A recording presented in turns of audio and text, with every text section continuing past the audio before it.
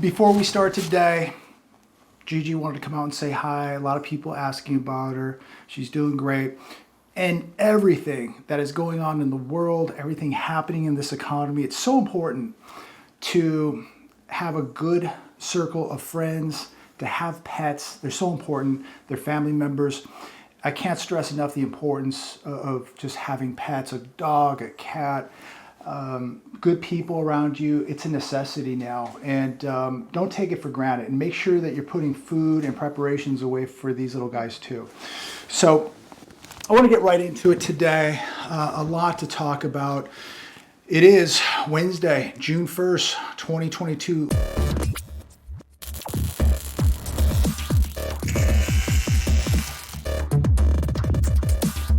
I used to think that we were much deeper into this crisis than we are. I thought a while back we were probably in the 5th, 6th, maybe 7th inning of this crisis, of this collapse, and I was wrong.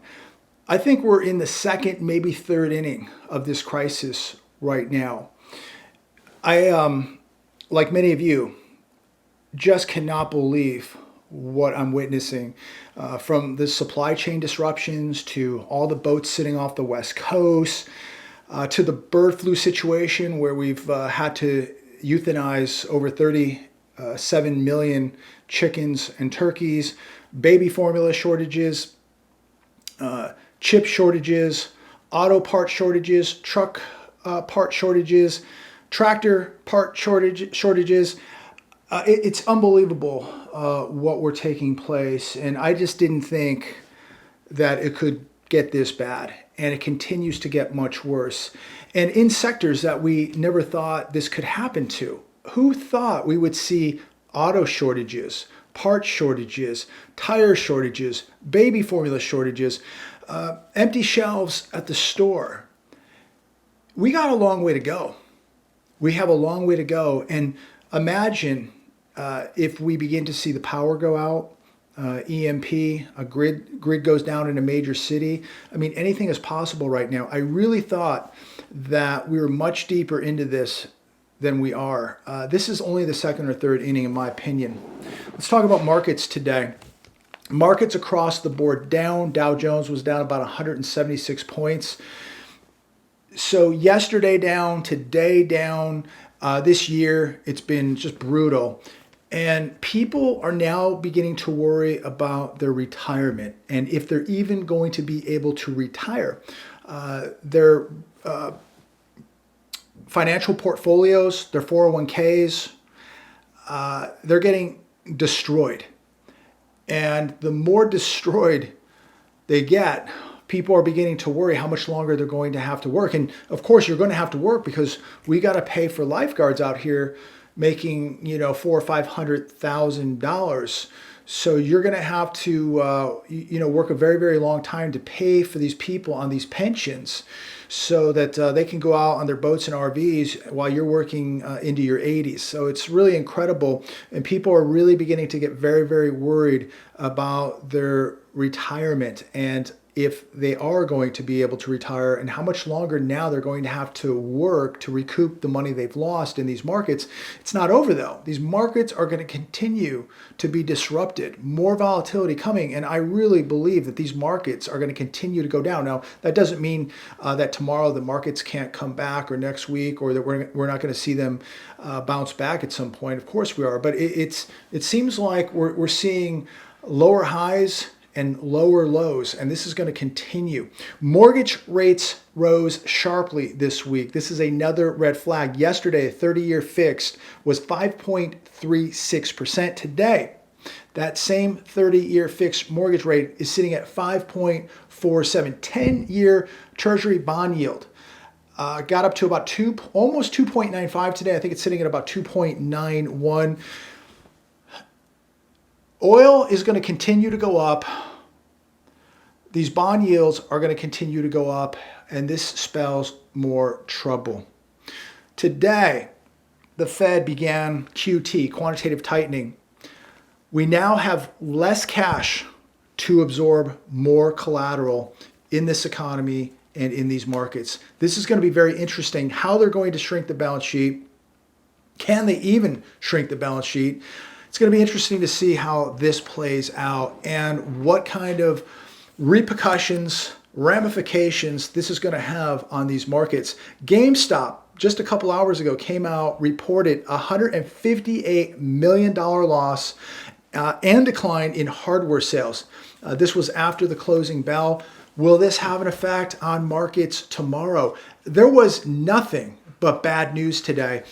And it's interesting when you think about the amount of bad news, and we're going to cover some of this, how the markets really didn't even crash today. I was shocked. Dow Jones was down over 400 points early this morning and only closed down 176 on top of all this bad news. It's absolutely shocking how they continue to keep this propped up with the kind of news that's coming out. But sooner or later, they will lose control. They're losing control right now, right before your very eyes. CNBC today, the Fed's Mary Daly says rate hikes should continue until inflation is tamed. She said, I think we should move the rate till we find ourselves. How does that make you feel? We'll just raise rates until we find ourselves. Does that give you a warm, comfortable, secure feeling?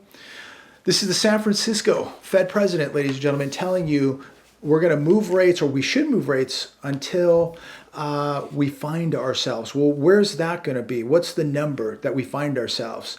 When I read stuff like this, and I'm reading just some of what some of these Fed presidents are saying and what they're coming out and what they're hoping to do, to me, it seems like they are going to punish the economy and you. Let me repeat. They are going to punish the economy and you for their mistakes, for their recklessness of keeping rates at 0% for over a decade, all this quantitative easing. And now we're finding out that when you pump the economy and markets with all of this artificial money, there's a huge price to pay. But see, they're not going to pay it. You're going to pay it. The economy is going to pay it. We're going to pay a huge price for their mistakes, while the people at the very, very, very top, the 0.0001%, got ultra wealthy.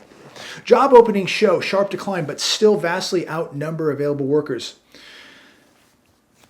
If you have a job right now, be extremely good at it and be extremely loyal to the people you work for so that you're the last one to be let go. Maybe you won't be let go at all. But how many people just went out and just shopped the markets and said, if you don't give me this much money, I'm going over to that job. Or they left their job to go to another job to make a little bit more money with no loyalty. There's something to say about loyalty, ladies and gentlemen. Loyalty, especially in the environment we're in right now, whether it's your personal life, it's business, whatever it may be, loyalty is of the utmost importance. At least that's the way I see it. You want to be surrounding yourself with loyal, good people. If you're an employer, you want to surround yourself with good, loyal workers, employees. And so many people just went to the highest bidder, threatened the people they work for that if they didn't get this much, they were going to go across the street and work for the other people, the other jobs. And so they were just shopping the market, trying to get the best bid. And now employers are going to remember that. And if you're a loyal employee and you do a good job, you're going to have a job, I believe, or at least you'll be the last one to go. So be good at what you do, love what you do, be loyal to the people you work for, and really appreciate today that you have a job. I mean, really appreciate that. Job openings fell by 445,000 in April. We're going to see a lot more layoffs coming, and we're going to see this labor market really begin to shrink, and a job is going to be a luxury. A job a good job especially, is going to get much harder to find. So be good at what you do, be loyal to the people you work for, and be thankful to the people that gave you that job. Be thankful to the people you work for that you have that job. And I think we're going to come to a point where people and employers are going to pay people what they're worth, and they're going to pay people for their loyalty. And I think people are going to learn a very valuable lesson here soon. MSN.com, 1/3 of Americans making $250,000 live paycheck to paycheck.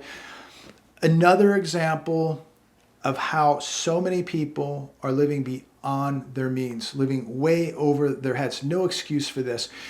But these are the people driving the big cars, living in the big houses, paycheck to paycheck, juggling the bills, juggling the credit cards. These are the people who at some point are going to have to sell everything. They're going to sell their cars, they're going to sell the toys, they're going to sell the houses. They're going to be in very, very big trouble. You're going to see people worth millions of dollars go absolutely broke. And you're going to see people worth hundreds of thousands of dollars become worth millions of dollars. There's going to be huge opportunity where people are going to 5x or 10x their wealth in what's coming. And I really truly believe in the next 12 to 18 months, we are going to see absolutely historic times take place in this economy. Opportunity, sales, despair, desperation, homelessness, you name it. We're going to see everything from one end of the spectrum to the other, from the good to the bad. The Hedge Today, Bank of America hikes another 50 basis points, warns it's prepared to act more forcefully if needed. Their rate now is sitting at 1.5%. And remember, just about a couple weeks away, we will see the Fed raise rates 50 basis points right here in the US. And when do markets begin to price in this 50 basis point hike coming? Have the markets already priced it in? I don't think so. So I think the closer we get to this, we're going to see a large amount of volatility after the 50 basis point hike. I think that you're going to see the 30-year fixed mortgage rate above 6%. And remember, to service debt, when that Fed's fund rate goes up, to service federal debt, that $31 trillion, it's going to be billions of dollars more every month to service that debt. It's going to cost the average American more money to service that credit card. It's going to cost the average person more money to get a mortgage, to get an auto loan, to get a personal loan. This is going to affect everybody. They are going to destroy this economy. But there's no easy way out. This really, in my opinion, has to be done. And I think that they have to raise rates higher than 50 basis points at these meetings at this point. We are so far behind inflation. It's just not enough. We're going to see a continuation of inflation running hot while we're raising rates at 50 basis points. We're just not going to get caught up. So what it's really going to do, it's going to affect the consumer. It's going to be a negative impact on the consumer while inflation continues to run very, very hot. So this is going to slow down the economy. They're going to vacuum out a lot of cash out of this economy. You're going to begin to see a lot of people in pain. You're going to see a lot of desperation. You're going to see people you know become homeless. They're either moving back with their parents, they're going to be getting roommates and going and renting a room, or they're going to be on the streets. There are people, ladies and gentlemen, driving nice cars right now who are 6 car payments behind. They're behind on their rent, they're behind on their mortgage, and they are on borrowed time. And these people, if they do not have a church or a family to fall back on, they are going to go homeless. They will be homeless. They will be another statistic to the homeless count. And this, people used to laugh at this, and people used to laugh and make fun of the videos I shot in LA, and when we used to go down to Skid Row, and we'd shoot all over Los Angeles, the tents, the tent cities, people sleeping in boxes, people sleeping on sidewalks. And they would say those people deserve it. They're all on drugs. They deserve what they get. And if you've ever gone down, if you ever talked to some of these people are working right now. They go to jobs, they have cars, and they pull their car up next to their tent, but they go to work every day. Some of these people don't have mental disorders. They've gone through just a lot of abuse. I've had some bad luck. Medical bills. You can't believe how many people we've met out there who just got behind on medical bills and lost their home. Now they're homeless. Went through a bad divorce. Boom, homeless. People got out of the military, had some issues. Now they're homeless. So I don't judge anybody. I don't wish my worst enemy ever to be living out there on the streets. It's a terrible, horrific life, and nobody wishes for that. In fact, a lot of the people who got on drugs didn't get on drugs till they got out on the streets, because their life is in such a disorder and there's so much pain that people turn to the drugs. Do we have a lot of mental disorder and health issues, mental health issues in America? Big time. And why are they not getting help? Where's all the money going? But getting back to what I was saying, people used to make fun of these people, and now these people are staring at themselves in a mirror going, what am I going to do? I could be in a tent. I don't have anywhere to go. I could be sleeping in my car in 30 days. That's the reality of this. So it's a reminder to all of us not to take this lightly. Do not take this lightly. Continue preparing. Don't go out there buying dumb stuff that you don't need. Don't worry about impressing people. Right now, this is not a time for speculation. This is a time to make sure that you're secure financially. Gas prices soar past $8 per gallon at California gas station. Another gas station in Los Angeles, now above $8 per gallon. And I was just watching Fox Business, and somebody on there is predicting that we're going to have $5 a gallon gas. That will be the national price per gallon of gas, $5 sometime in June. $5 per gallon national gas price for June. Today, watching some of the financial channels, predicting $150 barrel oil. We're at about 116, 115 right now as I make this video. They're saying it's going to go to 150. I believe JP Morgan is predicting $175 a barrel this year. So if we hit $150 to $175 a barrel, I mean, here in California, we will be paying probably $9, $10 a gallon for gas. This would be catastrophic to everybody in the state of California, everybody in the country. I mean, if you're down there in Alabama or Georgia or Mississippi and you land up having to pay $6 or $7 for a gallon of gas, I mean, this will seize up the entire economy. People are not going to go to work. They can't afford it. This will be, I mean, this would be the greatest depression on planet Earth if we begin to see oil prices running this far out of control. It will seize up everything. Everything revolves around oil. It's concerning, and it's very frightening where all this can go, ladies and gentlemen. And this is why nobody's laughing now.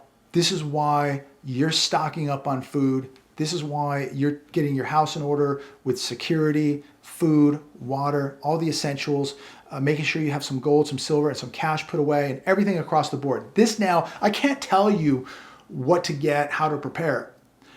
Everybody's in a different situation. Everybody has a different income. I mean, some people are getting bunkers, you know. I mean, if you can afford that, you know, God bless you. Some people, you know, might have 1,000 acres out in Montana with a bunch of cattle and a stream and a pond. Everybody's situation is different, and I understand that.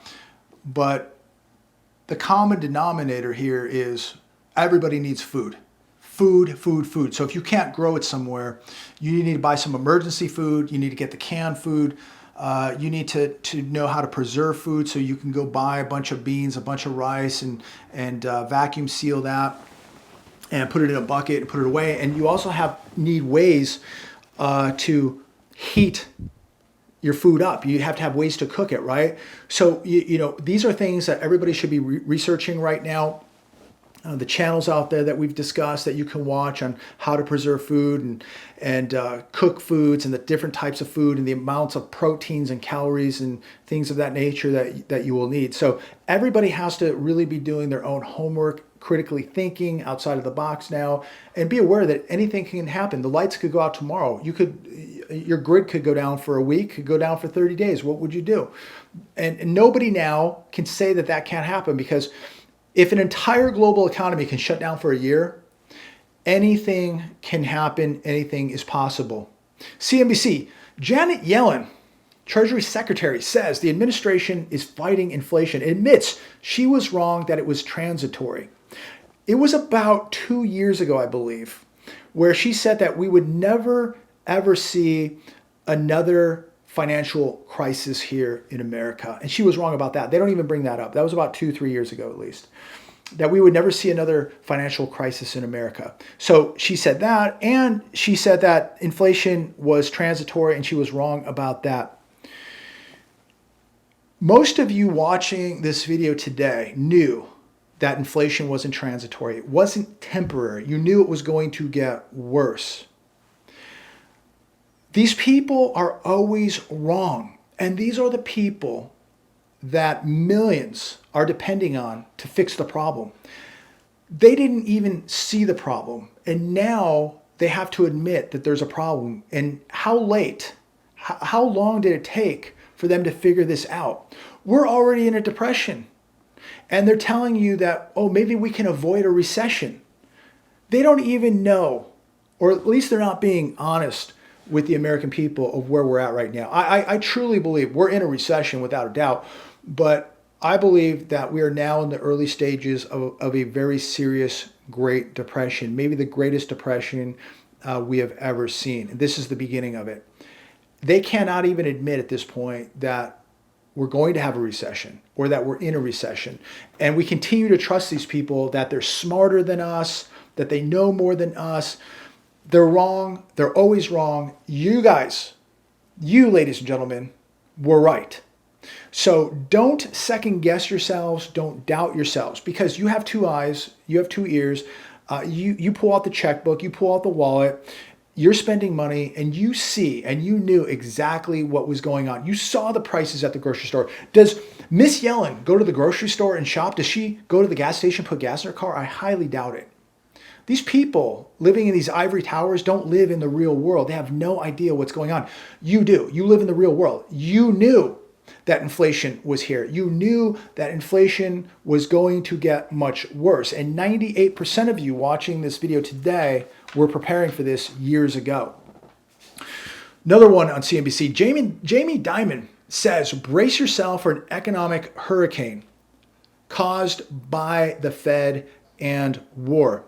Now, I want to go back. My good friend Matt sent me a link to where Jamie Dimon back on May 23rd said, and I quote, "Credit looks really good. We've never seen it this good."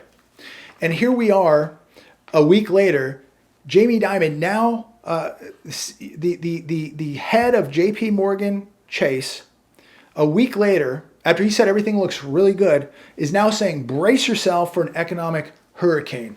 Where has Mr. Jamie Dimon been? And let's not forget, Jamie Dimon's bank, JP Morgan Chase, has more physical above ground silver than anybody on planet Earth in those vaults. Massive amounts of physical gold in those vaults.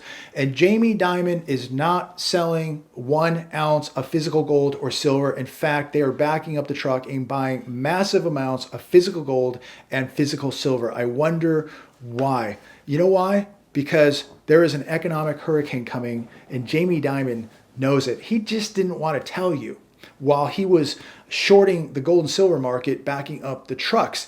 The Hedge Today, faith in Fed put falters as Bostic walks back pause comments. We talked about this a week or two ago. Raphael Bostic, one of the Fed presidents, last week said that the Fed may have to pause rate hikes in September.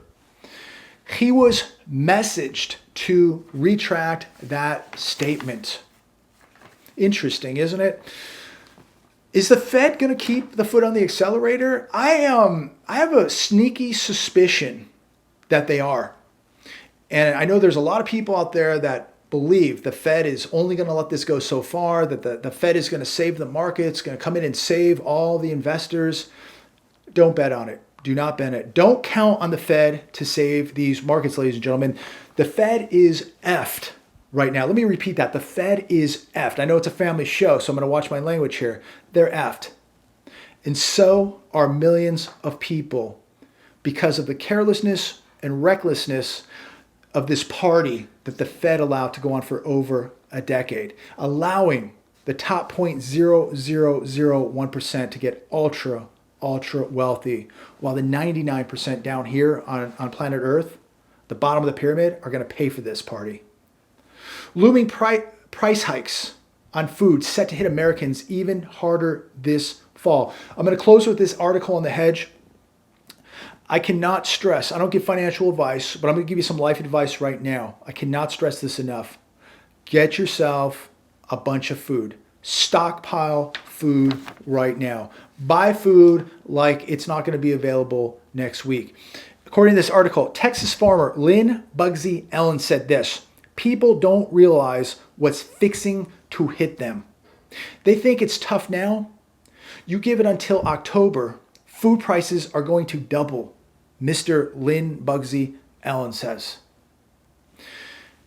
Fertilizer, fuel, oil, etc. All of this is hitting these farmers hard. And we haven't even talked about drought, weather conditions, what's happening to wheat and grain over in Eastern Europe. This whole thing's a disaster. As I leave you today, stockpile food. Get a bunch of food. These are farmers warning all of us what's coming. They're seeing it firsthand. The American people will not see it for months down the road. They're seeing it right now. Things that will not even affect us for 12 plus months. They're seeing today. Stockpile food, ladies and gentlemen. I don't want to see anything bad happen to anybody out there. I know that there's people out there in complete disbelief. They think that this is negativity. They think this is doom and gloom.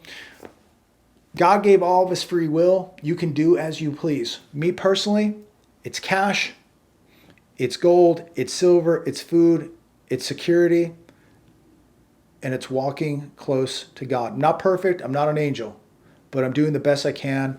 And I thank God every night that I have family, that I have some good friends, that I have some nice pets, and I have some very, very close people in my life. And you're going to need this. You need a good network as we head into this. So make sure that you surround yourself with good, loyal people. Don't sit with rats at your table. Sit with lions, ladies and gentlemen. You're going to need them. We're heading into hard times. God bless. Stay safe. And remember to give God thanks for everything you have. Talk to all of you very, very soon.